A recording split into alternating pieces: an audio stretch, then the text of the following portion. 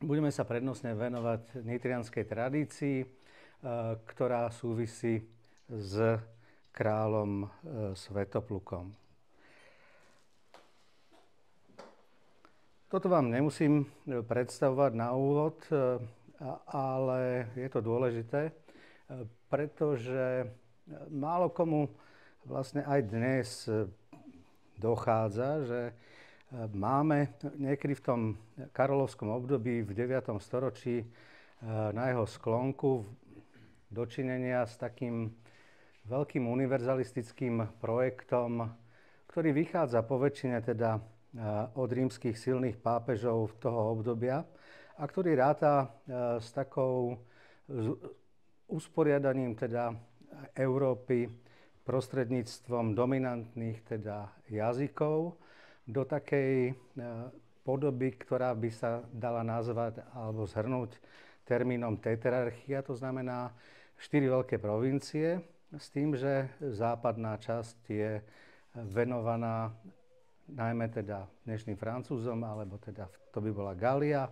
Potom máme Germániu ako s dominantným jazykom nemeckým, no a dominantný jazyk slovanský zase vytvára to, čomu hovoríme Sclavinia, alebo tiež Regnum Sclavorum v prípade Svätopluka prvého veľkého.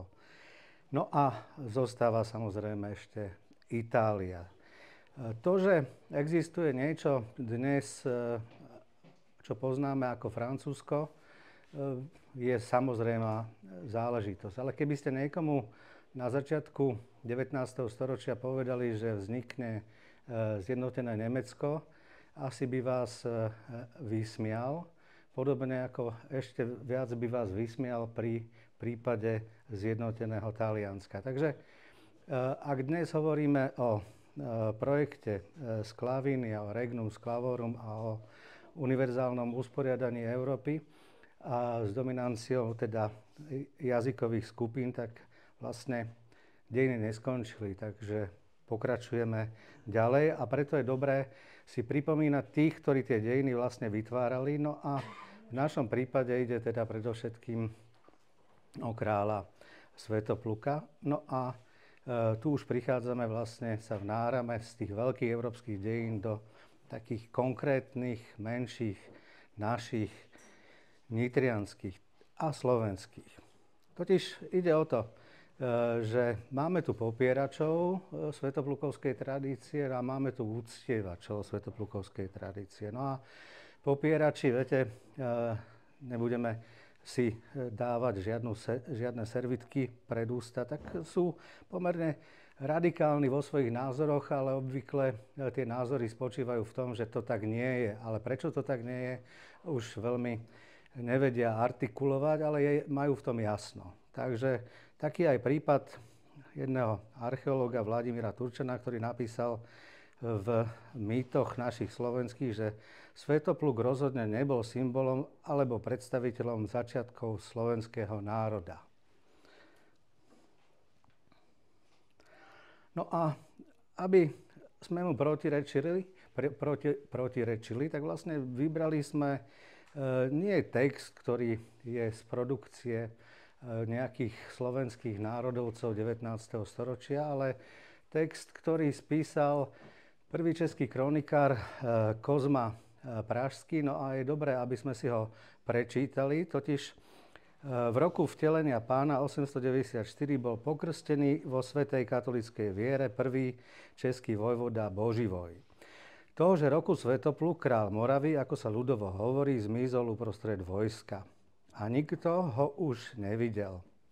Ale v skutočnosti sa vtedy nad sebou zamyslel, keď uznal, že proti svojmu pánovi cisárovi a kmotrovi Arnulfovi nespravodlivo, nepamätajúc jeho, teda Arnulfove, dobrodenia, pozdvihol zbrane a tento Svätopluk sebe nielen Čechy, ale aj iné krajiny až k rieke Odra a odtiaľ až do Uhorska, až k rieke Hron podrobil. Pohnutý ľútosťou, bez toho, aby ho niekto spozoroval, sadol na koňa a prešiel svojim táborom. Odišiel potom na jedno miesto ležiace na stráne hory Zobor, na ktorom predtým traja pustovníci vo veľkom a ľudom neprístupnom lese z jeho, teda so Svätoplukovou, podporou a pomocou vystavali kostol. Keď tam prišiel na skrytom mieste v tomto lese, zabil svojho koňa a svoj meč zahrabal do zeme. A keď na svítaní nasledujúceho dňa prišiel k pustovníkom a oni nevedeli, kto by to mohol byť, oholili ho a obliekli ho do pustovníckeho rúcha. Pokiaľ žil, zostal nikým nepoznaný. Až keď poznal, že má umrieť, nechal sa pustovníkom poznať a hneď umrel. Jeho kráľovstvo ešte krátky čas, ale menej šťastne spravovali jeho synovia. Potom ho z časti Maďari, teda presnejšie Starohorský kmeňový zväz, a z časti Nemci, Bavori, z časti Poliaci nepriateľsky zničili.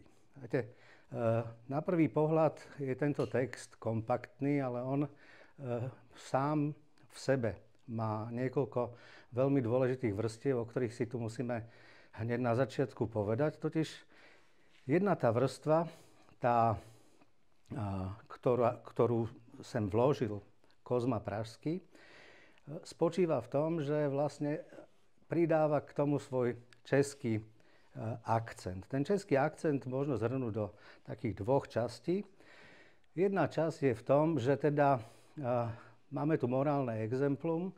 Svätopluk porušil svoj lenný sľub nadriadenému císárovi a teda jeho ríša zanikla. To znamená, že české kniežatá týmto spôsobom nemôžu postupovať, lebo zaniknú samotné Čechy. Druhá vec je o tom, že kam asi siaha to české myslenie, no a tuto vidíme, je to po rieku Hron. Preto Česi radi malujú Veľkú Moravu po rieku Hron, bez toho, aby chápali, že aj za Hronom je niečo ešte iné a možno zďaleka dôležitejšie. No a potom sa tu nachádzajú dve legendy, ktoré majú nitriansky pôvod a my sa vlastne budeme venovať najmä týmto dvom legendám v našom dnešnom stretnutí a ich transformáciám. Totiž prvá sa volá Sicut vulgo dicitur, teda ako sa ľudovo hovorí. To znamená, to je povesť, ktorú generovalo nitrianske elity, nie nitrianske obyvateľstvo, ale nitrianske elity, to znamená najmä teda povedzme slobodní bojovníci a s tým súvisiaci povedzme klérus. No a potom je tu druhá časť, ktorá sa volá sed revera, teda ako to bolo naozaj, teda učená časť, ktorú môžeme pripísať samotným nitrianským benediktínom, od ktorých Kozma Pražský počas svojej cesty z Ostrihomu do Prahy vlastne zastaviať sa v Nitre celú túto legendu zaznamenal.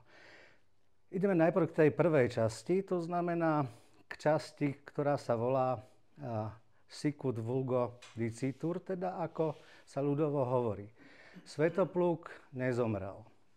Svätopluk zmizol uprostred vojska. To je veľmi dôležitý moment, ktorý hovorí o tom, že král nemôže zomrieť. Král žije v pamäti, alebo inak povedané, žije v tých, ktorí vyznávajú jeho skutočnosť v svojich skutkoch.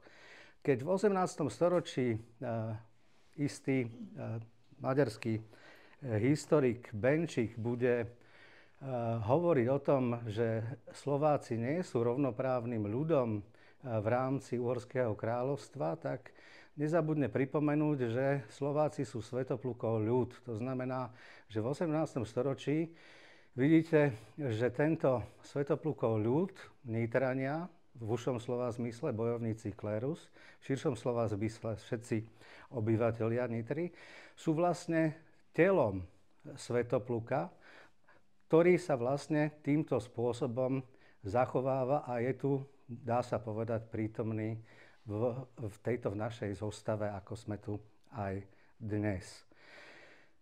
S tým súvisí možno ešte jedna taká malá vsúka, ktorou sa vrátim do českých krajín a ona je veľmi dôležitá, totiž kedy sa objavuje na scéne prvé české pokrstené knieža, vtedy, keď Svätopluk mizne uprostred vojska. To znamená, kedy sa Arpad stane vládcom nad Panóniou, vtedy, keď sa Svetopluk utopí v Dunaji. Z hľadiska formy a obsahu ide o ten istý princíp, to je negatívne vymedzenie sa novej moci, ktorá sa etabluje na moci Svätoplukovej. Takže máme tu jednu časť, ktorú sme teraz trošku naznačili, to znamená ľudovú časť, no a potom tu máme tú učenú časť. A táto učená časť, prosím pekne, je naozaj mimoriadne vážna, hoci, viete, sleposť našich aj súčasných, aj minulých historikov nevždy pomohla osvetliť jej význam. Totiž ide o to, že Svetopluk teda nezomrel, ale teda odišiel hore na horu Zobor, tam zabil svojho koňa, zakopal svoj meč, zbavil sa atribútov svojej moci a bol prijatý do stavu teda mníšskeho. Teraz sme pri dôležitom momente, máme tam niekoľko prvkov, s ktorými budeme operovať. Týmito prvkami sú mníšsky pobyt Svätopluka, o ktorom vieme teda naozaj veľmi málo, ale potom vieme o tom, že je tu nejaký artefakt, meč, ktorý sa zakopáva a ktorý, zdá sa, podobne ako telo Svätopluka, nakoniec opatrujú práve kto? Tí, ktorí podávajú tú myšlienku Kozmovi Pražskému, to znamená nitrianskí benediktíni. Aké to má dosahy a konsekvencie, to nechám na diskusiu, lebo v prezentácii sa tomu budem trošku menej venovať, ale v každom prípade pokladám to za niečo mimoriadne, teda dôležité. Čo je ešte dôležitejšie, ale je to, že majiteľom pamäte o Svätoplukovi je nitriansky benediktínsky kláštor a s tým súvisí veľmi dôležitá myšlienka, že patronátne právo nad týmto kláštorom majú rody Honda Poznan, teda najdôležitejšie rody nitrianskeho kniežatstva. No a samotná nitrianská línia Arpádovcov, kedy si túto povesť Kozma Pražský zapísal v čase, keď vládol v Nitre Álmož, teda syn Gejzu I. Teraz môžeme pokračovať ďalej. Preskočíme niekoľko storočí. No a prichádzame k prvej a jedinej syntéze slovenského a maďarského podania spoločných uhorských dejín, ktorá sa volá Imago Antiquae Hungárie, teda obraz starého Uhorska alebo Uhorského kráľovstva. No a tu jezuita Samuel Timon nezabudne sa venovať teda práve dôležitej alebo rozhodujúcej téme, ktorá súvisí so Svätoplukom. No ale on sa mu venuje v niekoľkých teda pochopiteľných rovinách. My sa sústredíme na tú nitriansku časť. Dlh v prírode splatil Svätopluk, teda Svätopluk mních, v roku 925. Vtedy jeho spoločníci vyzradili jeho meno, pôvod a dôstojnosť. K jeho bezduchému telu sa zišlo veľké množstvo ľudí. Úctu vzdávali nie kniežaťu, ale Božiemu služobníkovi. Dostalo sa mu pocty byť pochovaným v chráme svätého Emeráma. Jeho pamiatku spomína Menológium rádu svätého Benedikta 5. marca týmito slovami In finibus Ungarie depositio sancti Svatokopii regis Moravie. V uhorskej krajine je pamiatka, alebo uprostred uhorskej krajiny je pamiatka na Svätopluka, moravského kráľa. Miesto, na ktorom býval teda Svätopluk, sa hneď stalo miestom jeho uctievania. A hojne ho navštevovali ľudia oddaní rozjímaniu. Tento vrch sa kedysi nazýval Zobur, dnes Zobor. To odbočenie od Svetobojovi som uviedol zrejme nie bez úžitku. Príklady veľkých ľudí totiž povzbudzujú k veľkým činom. Ja myslím, že je to mnoho významové svedectvo, ktoré sme tu teraz prečítali a my sa môžeme v priebehu nášho dnešného stretnutia ešte k nemu vrátiť. Podstata je tá, že teda jezuitský historik, ktorý nepochybne mal imprimátur a dovolenie aj dobového nitrianskeho biskupa, tvrdí jednoznačne, že teda relikvie svätého Svätopluka sa nachádzajú na nitrianskom teda hrade v chráme svätého Emeráma. Tuto som si dovolil po takýchto ťažkých vstupoch trošku niečo viacej jednoduché. Máme tu taký krásny stredoveký komiks z obrázkovej kroniky zo 14. storočia. No a na ňom sa vlastne nachádza taký známy príbeh, ktorý majú veľmi radi najmä naši južní susedia, o tom, ako teda Arpád, respektíve Kusit, jeho vojvoda, Svätopluka oklamal a za zlatú úzdu, zlaté sedlo a bieleho koňa vlastne vymenil kráľovstvo. No a viete, ja o tomto hovorím kvôli tomu, že samotná povesť je relatívne teda neskorého dáta. Ona je zaznamenaná až v 14. storočí. Má pôdorys taký, ktorý je, dá sa povedať, veľmi typický pre podobné povesti s charakterom získať krajinu prostredníctvom lsti. No ale pre nás možno je dôležitejšie, neviem to nejako sfokusovať, teda neviem to nejako sústrediť sa na to, ale tá pravá časť toho obrázku, na ktorom vidíte, tuto vpravo, na tróne sedí v červenom taký bradatý pán.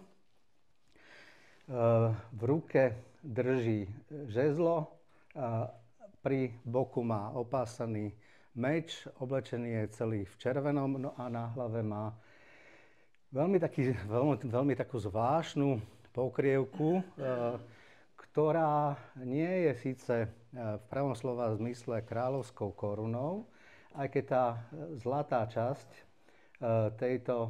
tejto pokrievky by tomu mohla naznačovať, no ale druhá časť je uzavretá červená. To znamená, nie je to možno v pravom slova zmysle koruna, ale nie je to ani vojvodcovská čapica. Tie majú na hlave Arpádovi ľudia.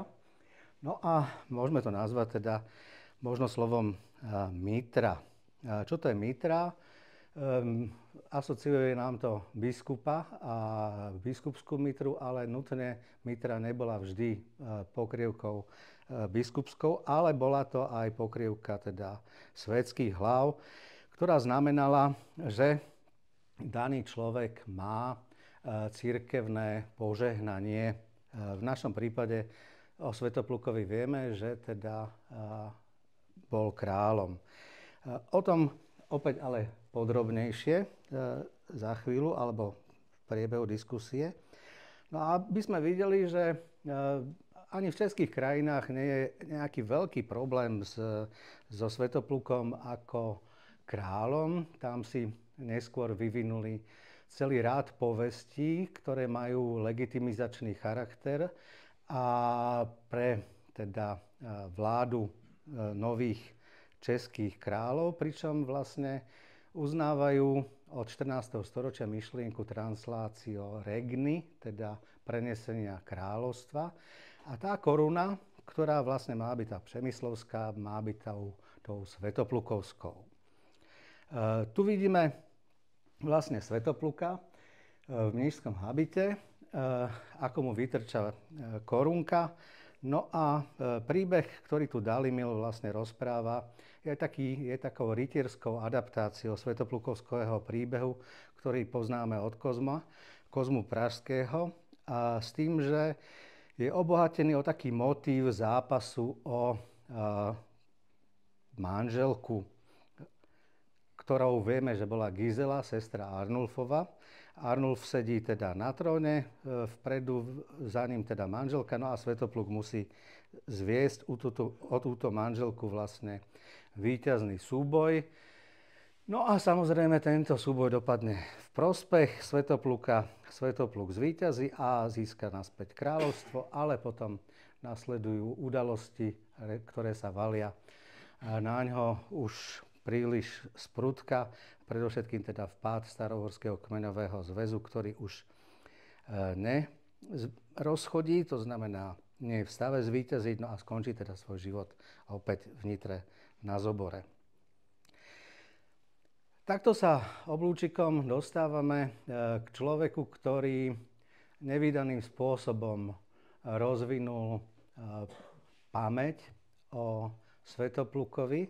No a nie je to nikto menší ako kardinál Eneas Silvius Piccolomini, ako pápež známy Pius II, ktorý vlastne vo svojej českej kronike v 15. storočí nám uviedol nasledujúcu variáciu svätoplukovského príbehu. V tom čase vládol Moravanom Svetopluk, zveladiteľ a ctiteľ kresťanského náboženstva a hoden toho, aby sme nasledujúcim zanechali o ňom pamiatku. Morava leží za Dunajom, na východ si držia kráľovstvo Uhry a Poliaci, súc oddelený riekou Moravou, ktorá dala krajine meno. Na západe sú Česi, južne Rakúšania, severnú stranu obývajú Slezania. Zem rodí víno a tak ďalej a tak ďalej. Tu bolo mnoho rokov kráľovstvo. Uhri, Česi, Rusíni a Poliaci poslúchali moravského panovníka a panovník sám Rímsku ríšu. Toto je veľmi dôležité, hej?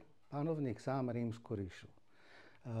Svetopluk, ako viete, z industrie Thue svoje kráľovstvo, seba, svojich ľudí vložil pod patronát svätého Petra. Hlavným mestom kráľovstva bol Velehrad. Svetopluk, predposledný kráľ, nejaký čas vládol šťastne, odmietal však platiť Arnulfovi a tak ďalej a tak ďalej a tak ďalej. Nasleduje povesť, ktorá je naozaj mimoriadne silná, totiž o tom, že ako nehodný syn Svätopluka prišiel vlastne o právo vládnuť nad krajinou a ako bolo prenesené relikvie vlastne Svätopluka z Nitry do Velehradu. Takže zrazu vidíme, že Svätoplukové telo už nie je len v Nitre, ale nachádza sa aj na Morave. A myslím si, že sa k tejto téme takisto ešte dostaneme. Prečo je to dôležité? Pretože pápež počiarkuje jednak tú slávnu metanoju Svätopluka, ktorý po neúspešnom zápase s Arnulfom sa utiahne na Zobor a tam zostáva ako mních do svojej smrti. A jednak už hovorí o tom, že teda máte invencio, teda nájdenie relikvií, máte depozício, to znamená prenesenie relikvií, no a máte translácio, teda prenesenie relikvií a máte depozíciu, to znamená umiestnenie na novom mieste do Velehradu. Hej? A o tom, aký to má význam, ešte teda samozrejme rád v ďalšej časti. Prečo o tomto všetkom musíme hovoriť? Pretože v jednej chvíli my vidíme, že máme tu dočinenia s jedným silným kráľovským príbehom, ktorý sa inšpiruje napríklad Karol IV., ale čo je možno zaujímavé a málo kto vie, aj císar Karol V., ktorý podľa vzoru Svätopluka 2 roky pred svojou smrťou vlastne taktiež odchádza do kláštora, čo samozrejme, viete, vzhľadom na to, že existuje už dobová tlač, že teda veci sa už šíria násobne väčších počtoch, tak vlastne rezonuje v dobovej Európe ako niečo mimoriadne dôležité. No a takže, aby som to nerozvádzal, do úplných detailov, pretože musíme sa skoncentrovať na niektoré ďalšie témy, len zhrniem, že teda téma svätoplukovskej metanoje sa stala, ako by som povedal, vzorovou aj pre Karola V. No a cez Karola V. sa vlastne dostáva do celej európskej dobovej takej diskusie. No a pre nás je dôležité, a tu si dovolím vám ukázať zo pár nových takých obrázkov ešte. Ešte kým k ním prídem, tak vlastne ukážem takú, by som povedal, vlastnú moravskú tradíciu, ktorú zachoval napríklad Cyril Heinrich Pantaleon v jeho prosobografii Heroum, kde vidíme teda Svätopluka v kráľovskej teda podobe so žezlom, ale aj Bartolomej Paprotský, kde vlastne v tých posledných riadkoch si môžete prečítať opäť tú slávnu nitriansku legendu, o ktorej sa tu vlastne z veľkej časti dnes bavíme. No a tiež vidíme duplicitu starý král Svätopluk, mladý král Svätopluk a tak ďalej a tak ďalej. No a tu už prechádzame vlastne k tej dobovej veľkej veci. V tých oraculum anachoretum, to znamená v takých nábožných modlitbách anachoretov, to znamená mníchov, ktorí žijú v ústraní, sa zrazu na konci 16. storočia objavuje aj samozrejme Svätopluk. Mnohí z vás to vidia poprvý raz, túto naozaj skvostnú mediritinu Johanna Sadellera. No a ona nám zhrňa vlastne celú známu povesť nitriansku, o ktorej sme hovorili. Na jednej strane vidíte tých troch mníchov, ktorí vlastne objavujú Svätopluka. Neviem, či toto je ukazovátko, alebo svieti to? Na obrazovke to nebude to vidieť. Aha, dobre, tak potom, ako keby to nebolo. Dobre, takže skúste to sledovať so mnou, prosím sa môjho prstu. Tam je ten kôň, on ešte žije. Naši ochrancovia zvierat by sa potešili, no. Potom ale pod ním sa nachádzajú vlastne tie atribúty moci, to znamená koruna, meč a tak ďalej a tak ďalej. No a Svätopluk už je tu celý teda oblečený v tom mníšskom ruchu, no a nielen, že teda sa stáva mníchom, ale sa stáva aj podľa všetkého vegánom, čo dosvedčuje zeleninka v jeho lone. No a potom po pravej strane sú mnísi nitrianskí. Dole sa nachádza nápisová páska, ktorú tu máme vlastne preloženú a ktorá je zhrnutím celej tej svätoplukovskej legendy. No a v krátkosti: zdolaný armádou Franskej ríše, král Svätopluk svoju výzbroj na úpetí hory Zobor zo seba zložil. Príbytok u troch pustovníkov napokon našiel v radosti z toho, že miesto kráľovstva nahradil Boh. Takže vidíme, máme tu takého Budhu, ktorý sa vlastne v jednej chvíli rozhodol vzdať kráľovstva a stal sa teda z neho svätý muž. Teda príbeh je veľmi archetypálny, veľmi silný, veľmi funkčný. No a vidíme, že naozaj skvelo funguje, lebo Európu nadchýna príbeh Svätopluka a počet tých rôznych spodobení svätoplukovskej tematiky sa začína teda jedným slovom zmnožovať. No a tuto, aby som ja sám nehovoril, nájdete najmenej 3 rozdiely oproti Sadellerovi, takže nech sa páči. Nahlas. Vidíme jednoznačné Svetožiaru, druhá vec.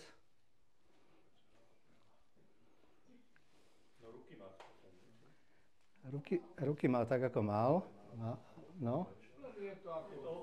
Je to zrkadlovo, to je druhý rozdiel. A tretí? To sa aj... Vzadu nad koňom vidíte vlastne kláštor, ten tam nebol, hej? Ten tam nebol. Ale tí traja majú meč.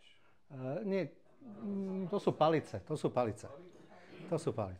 No, pointa je tá, to zrkadlové, to sa vysvetľuje jednoducho, on si to vlastne vytlačil a potom to ril, takže to je jednoduché.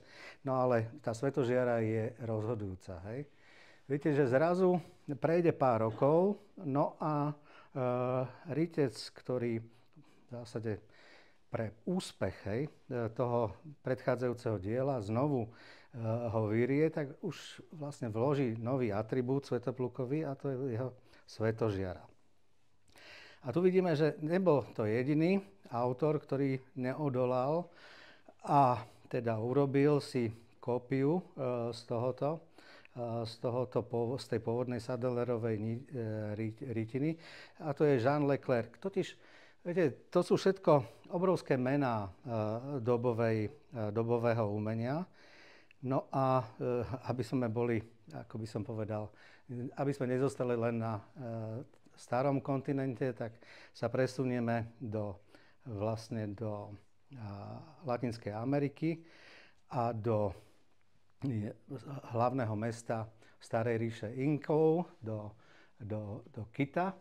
No a tam na mieste starého chrámu Slnka vlastne postavili nový dominikánsky kláštor, ktorý vyzdobili celým systémom veľmi pekných fresiek. No a čo je veľmi zaujímavé, akože neodolali a vložili tam tiež aj svätopluka, ktorý sa to volá Svata Kupios. No a vidíme, že opäť príbeh je trošku už adaptovaný vlastne na nový svet. Ale svätopluk je teda svetec. Dôvod, ako sa to tam dostalo, mohol by niekto, tuší niekto, ako by to vysvetlil, ako sa to tam mohlo dostať? No, Karol V.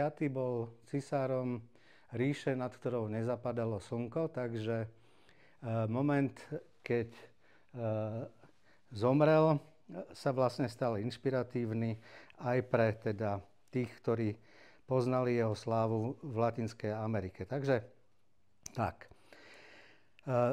Takže vidíme, že tá svetožiara tam asi nebola len tak. No a keďže vieme, že prebehla nám reformácia, prebehli nám tvrdé kritické pripomienky voči tomu, čo katolíci a pravoslávni pokladajú za svätých mužov a sväté ženy, no tak vlastne bolo potrebné urobiť si poriadok v tom, že koľko vlastne tých svätcov máme a kto je svätec a kto nie je svätec a tak ďalej a tak ďalej. Princíp, ktorý sa zaviedol na Tridentskom koncile, bol relatívne jednoduchý. Kto bol do Tridentského koncilu nejakým spôsobom uctievaný ako svätec, zostal svätcom. No a kto po Tridentskom koncile chcel byť svätcom, musel prebehnúť pri ňom veľmi dôležitý teda cirkevný beatifikačný proces. Tieto procesy už bežali od 13. storočia, to vieme, ale Tridentský koncil to veľmi sprísnil. No a aby vo veciach začal panovať nejaký poriadok, tak vlastne jednotlivé rády si museli spracovať svojich svätcov. A v našom prípade vidíme, že Gabriel Bucelín bol vlastne poverený s písaním svätcov, ktorí mali benediktínsky pôvod. A čo je veľmi zaujímavé, medzi nimi sa samozrejme našiel aj náš svätopluk. A to je presne to, o čom Samuel Timon hovoril pred chvíľou, keď som začínal svoju prednášku. No a táto slávna vlastne legenda sa začína vlastne, ako to vidíte, Sanctus Svatocopius Rex, Infinibus Ungariae Depositio Sancti Svatocopii Regis Moravie a tak ďalej. Monarchii et confessoris, hej?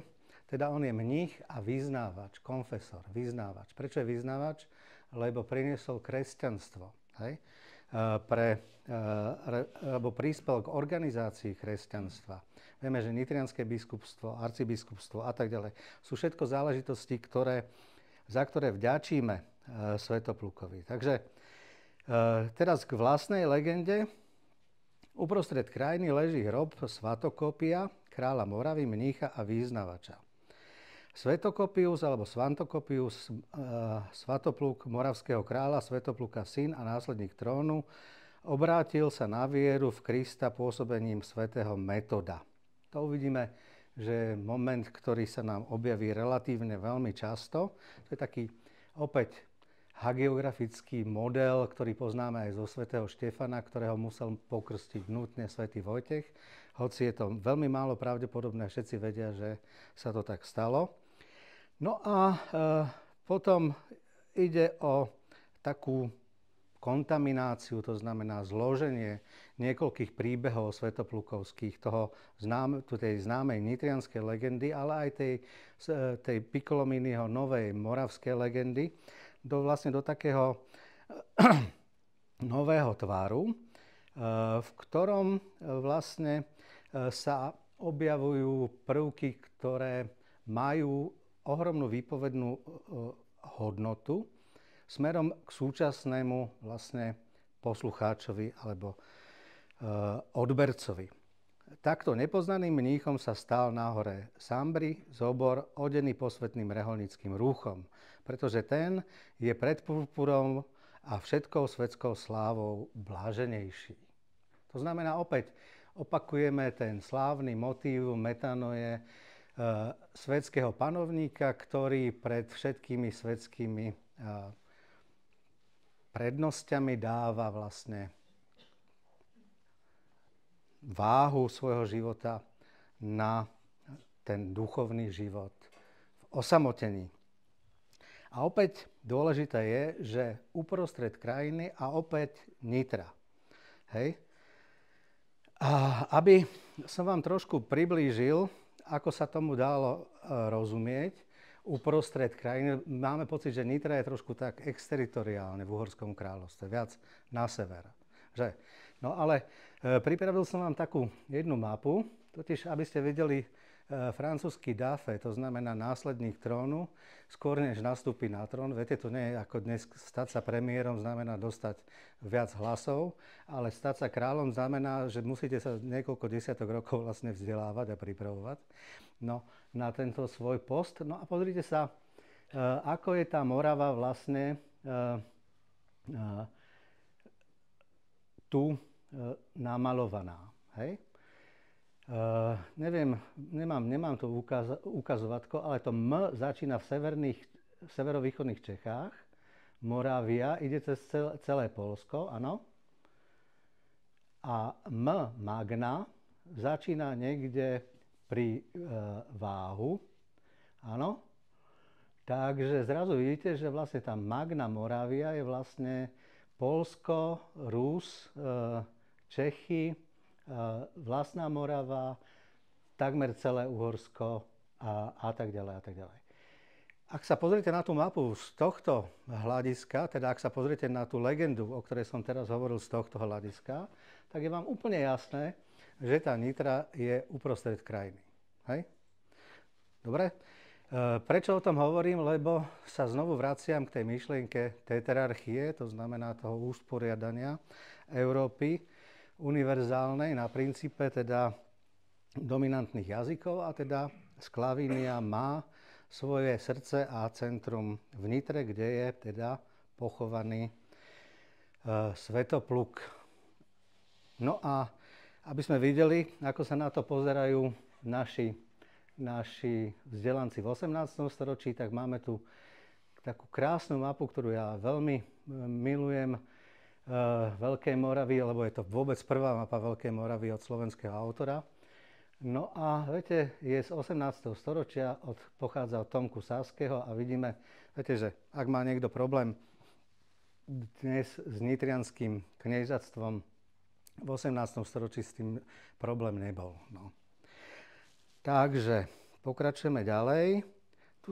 Toto je ďalšia taká rytina, viete, Svätopluka, ktorá pochádza vlastne zo zbierok jej kráľovskej výsosti kráľovnej Alžbety anglickej.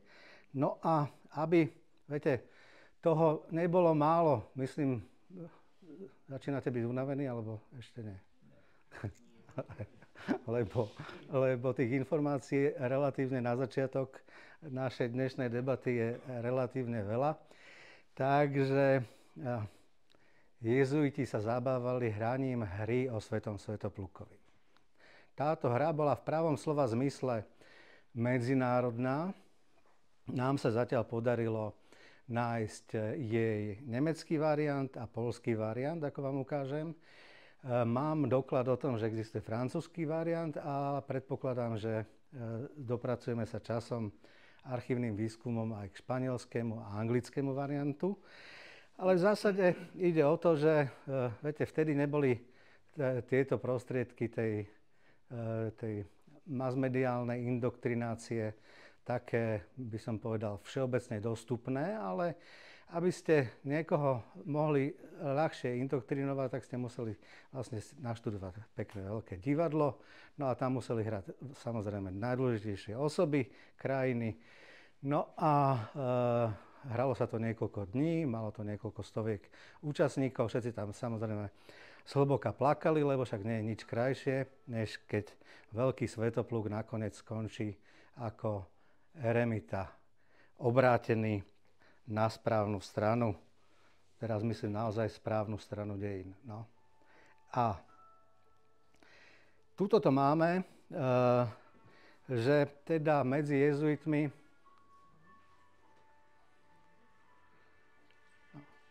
môžete si to zdvihnúť.